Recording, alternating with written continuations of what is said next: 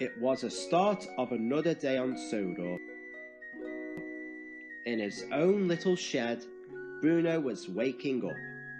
Edward already steamed up, puffed over. Morning, Bruno. You ready for today? It's just taking goods to and from the docks for us. If that is our schedule and job for today, then I'm ready when you are, Edward. But do we have to go to the docks?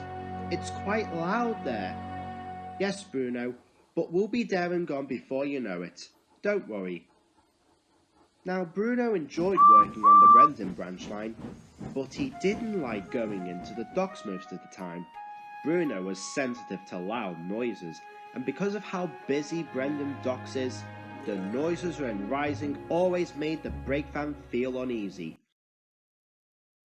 Edward knew this and tried his very best to keep Bruno comfortable, but it was very tricky for him. I know Bruno doesn't like loud noises, but it's hard to help him to go there when he's meant to be working with us. I know you said people don't like loud noises too, Charlie, and there are things to help them. It's just a shame nothing can be made for Bruno. Yeah, it's a shame you can't use those ear defenders for brake fans or engines, but never say never, old boy.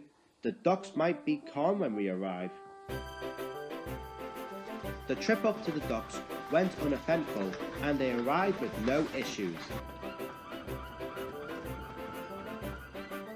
Edward shunted his train on a siding.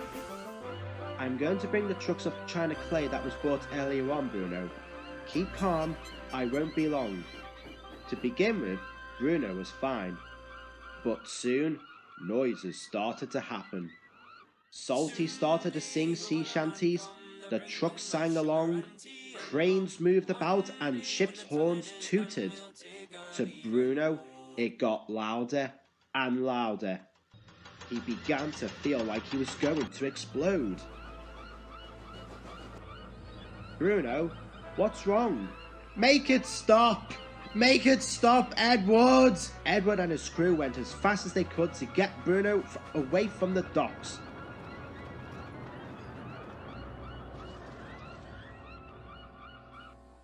Are you alright now, Bruno? Yes, but how can I be useful on your branch line, Edward, if I can't go to the docks? I'm supposed to go where the goods train go, and I can't if I'm not wanting to be at the docks. I know, Bruno. I just wish I had a solution.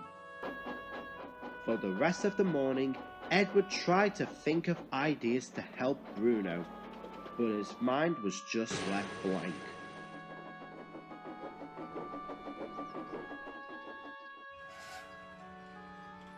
When afternoon came, Edward went to take passenger trains. He pulled into Wellsworth, where the vicar was standing on the platform. Hello, Edward. I haven't seen you this downcast since you saw Trevor in the scrapyard all those years ago. What's the reason, Sydney and Charlie? We have a new brake van working with us, vicar. He's called Bruno, and he doesn't like loud noises, especially at the docks.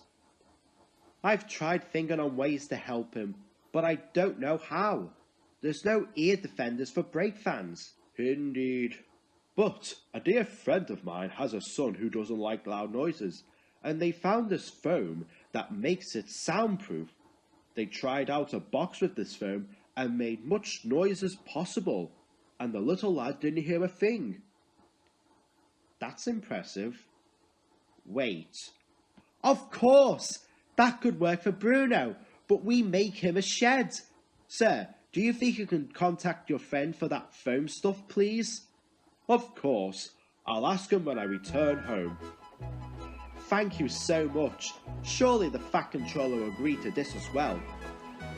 Fortunate for Edward, the Fat Controller did approve. Arrangements didn't take so long either, and some rails and sleepers were made, some new points were added on. Then Edward brought Kelly the crane from the pack and he helped build the shed, and then the special foam was put into place. Edward and Bruno soon made a important delivery to the docks. Bruno was starting to feel uncomfortable. Edward, I don't know if I want to be in the docks. I don't like loud noises. Don't worry, Bruno. I have something just for you. They pulled into the docks and Edward happily showed Bruno his surprise. This is your own shed. It's made to help block out the noises from the docks. You may not be able to see anything, but we want you to be comfortable working with us coming to the docks. I have my own shed? I just hope it works. Edward shunted Bruno into the shed and his crew locked the doors. Then they went to collect their next train to take back up to Wellsworth. Once ready, Edward got Bruno ready to head back. Well, Bruno, did it work? Yes, it did. I didn't hear anything at all. Thank you, Edward. I can now come to the docks and not worry. Edward just could only give out a very happy smile.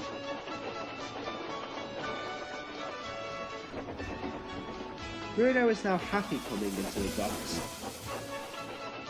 Every engine and crew always places him into his shed, and he happily waits until it's time to get back up the line.